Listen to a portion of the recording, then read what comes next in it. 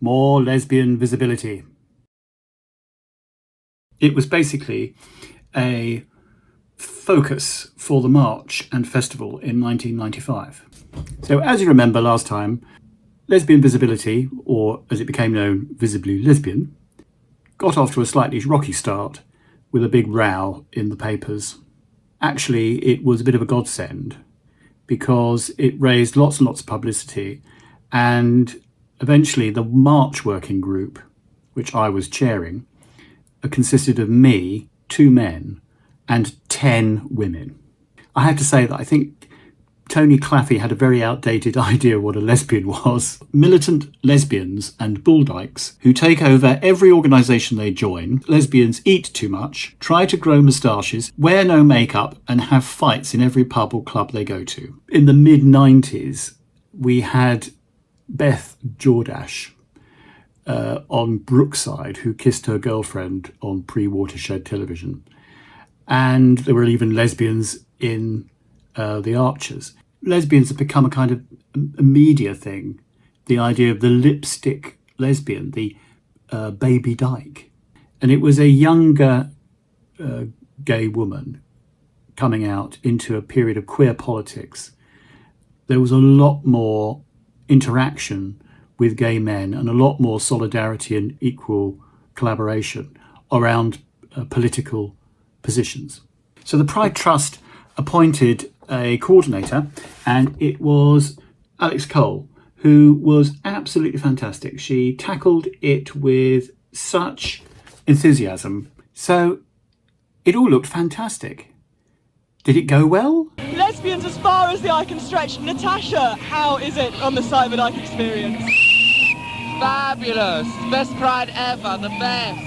Well, the woman whose task has been to sell lesbian visibility to the mainstream press officer for Pride, Liz North, are they taking it? They don't like that L word. They do not use it. We do not use it in press releases. And suddenly having to use it and use it all the time and make sure that they talk about it, this is the first time they've actually managed to accept it. Is the lesbian visibility working? It seems Of course, can't you look around you and see it all? Dykes everywhere.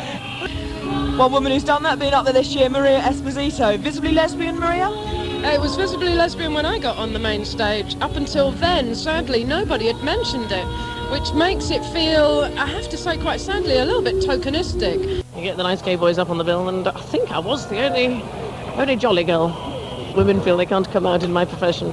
I know lots of gay women in my profession who haven't come out. I'm afraid I'm not complaining at all about Pride's organisation, but about life, and that's a much more serious matter.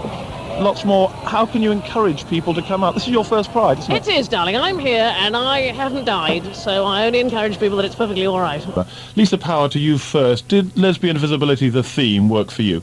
I think it worked extremely well on the march, which was where a lot of the energy went into. And on the stage, on the main stage, it worked very well in terms of 50% lesbian compares, and there were the Lesbian Avengers up there, and more than 50% of the people in the Gay Liberation Front piece were lesbians. But what you've got is a problem that there are not very many out-top women entertainers. Adam Jeans, firstly, would you accept that? And secondly, do you think the theme worked for you? I agree with Lisa wholeheartedly. I mean, the difficulty we always have, it's not just the lesbian performers and having them there, it's also the gay performers.